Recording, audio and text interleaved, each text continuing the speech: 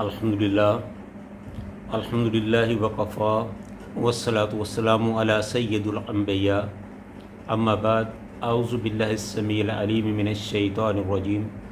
بسم اللہ الرحمن الرحیم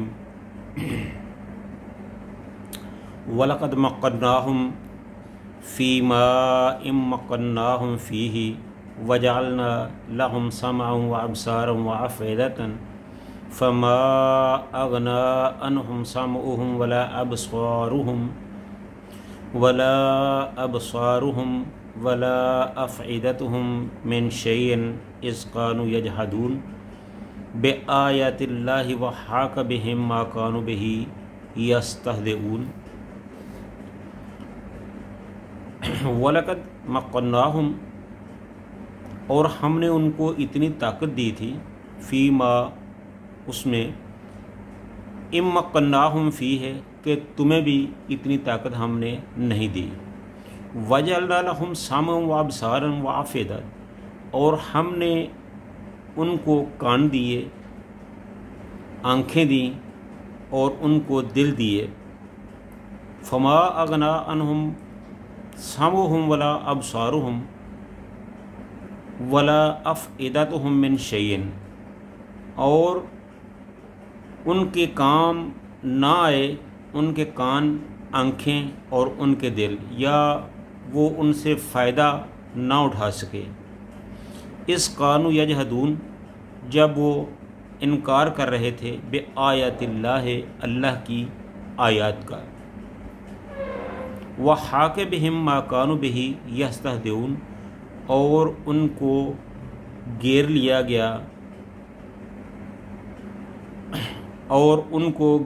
گیا جو وہ اپنی زندگی میں اللہ کے احکام کا مذاق اڑایا کرتے تھے۔ اللہ تعالیٰ کی حمد و ثنا اور رسول اللہ صلی اللہ علیہ وآلہ وسلم پر بے شمار درود و سلام کے بعد، یہ جو آیت میں نے آپ کے سامنے تلاوت کی ہے، یہ سورہ الاحقاف کی 26 نمبر آیت ہے، اور اس میں اللہ تعالیٰ نے قوم عاد سے متعلق اپنے بہت سی باتیں جو ہیں وہ بیان فرمائی ہیں، کہ ہم نے کس طرح ان پر احسانات کیے اور کس طرح انہوں نے ان سب چیزوں کو میری نافرمانی کر کے ضائع کر دیا۔ تو اس سے پہلے ہم حسب سابق آپ سے یہ گزارش کریں گے کہ آپ ہماری اس گفتگو کو خود بھی سنیں اور اپنے دوست و احباب تک بھی یہ منتقل کریں، ہمارے اس چینل کو سبسکرائب کریں اور اس ویڈیو کو لائک اور شیئر کریں، تاکہ اللہ کے دین کی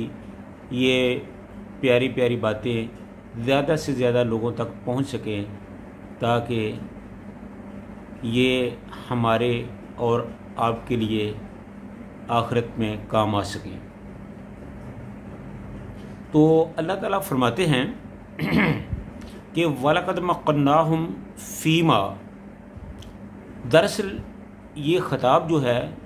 یہ کفار مکہ سے ہے۔ اللہ تعالیٰ کفار مکہ کو یہ فرما رہے ہیں کہ سنو، وَلَقَدْ، اور البتہ تحقیق، مَكَّنَّاهُمْ فِيمَا، کہ ہم نے ان کو، یعنی قوم عاد کو اتنی طاقت اور قدرت دی تھی ان معاملات میں، اس ماحول میں، اِنَّا مَكَّنَّاكُمْ فِيهِ، کہ تمہیں بھی اتنی طاقت نہیں دی، کیونکہ ان کے جسم، ان کے ڈیل ڈول، ان کی دنیاوی شان و شوکت، ان کی حکومت، یہ ساری چیزیں جو تھیں یہ تم سے بہت زیادہ تھیں۔ وَجَعَلْنَا لَهُمْ سَمْعًا وَأَبْصَارًا وَأَفْئِدَةً، اور ہم نے ان کو، تمہیں بھی اور ان کو بھی، سننے کے لیے کان دیے، دیکھنے کے لیے آنکھیں دیں اور سمجھنے کے لیے دل دیے، کہ تم اللہ کے حکموں کو سنو، اللہ کے فرامین یعنی کتابullah کو دیکھو اور اللہ کے احکام کو دل و جان سے سمجھو. فما اغنا عنہم سامعہم ولا ابصارہم، لیکن انہوں نے اس سے کوئی فائدہ نہ اٹھایا. انہوں نے اپنے کانوں سے اللہ کے قرآن کو نہ سنا، انہوں نے اپنی آنکھوں سے اللہ کے دین کے کاموں کو نہ دیکھا، قرآن کو نہ دیکھا. ولا فیدتہم، اور نہ ہی انہوں نے آخرت کے حوالے سے اپنے دلوں سے کچھ سوچا اور سمجھا. یعنی کہ جس مقصد کے لیے ان کو یہ نعمتیں عطا کی گئی تھیں انہوں نے اس سے کوئی فائدہ نہ اٹھایا. اس کانوا یجحدون بآیات اللہ، جب وہ اللہ کی آیات کا انکار کر رہے تھے، وہ حاق بہم، تو ان کو گھیر لیا گیا ان کے کاموں کے سبب، کہ انہوں نے جو ان کو کرنا چاہیے تھا وہ تو نہ کیا، اور جو نہیں کرنا چاہیے تھا وہ کرتے رہے. ما کانوا بہ یستہزئون، بلکہ وہ اچھے کام کرنے کی بجائے اللہ کے احکام کا مذاق اڑاتے رہے. یہ دراصل مکہ والوں کے لیے اللہ تعالیٰ کا یہ فرمان ہے کہ تم میرے نبی کے احکام کو نہیں مان رہے، ان کی باتوں کو نہیں سن رہے، ان کے دین کو جو میں نے بھیجا ہے، شریعت کو، دین کو، قرآن کو نہیں مان رہے، سن رہے، دیکھ رہے. جب تمہارے سامنے تم اپنی آنکھوں سے صرف وہ دیکھتے ہو جو دنیا میں مطلوب ہے، کانوں سے صرف وہ سنتے ہو جو تمہاری زندگی کے لیے ضروری ہے، اور دلوں سے صرف وہی سوچتے ہو جو تمہارے عیش و آرام کے لیے ضروری ہے، آخرت کی تم نے کوئی فکر نہیں کی. تو جب وہ لوگ اتنے طاقتور تھے، وہ اپنی ان چیزوں سے کوئی فائدہ نہیں اٹھا سکے، یہ چیزیں ان کو کوئی فائدہ نہیں دے سکی،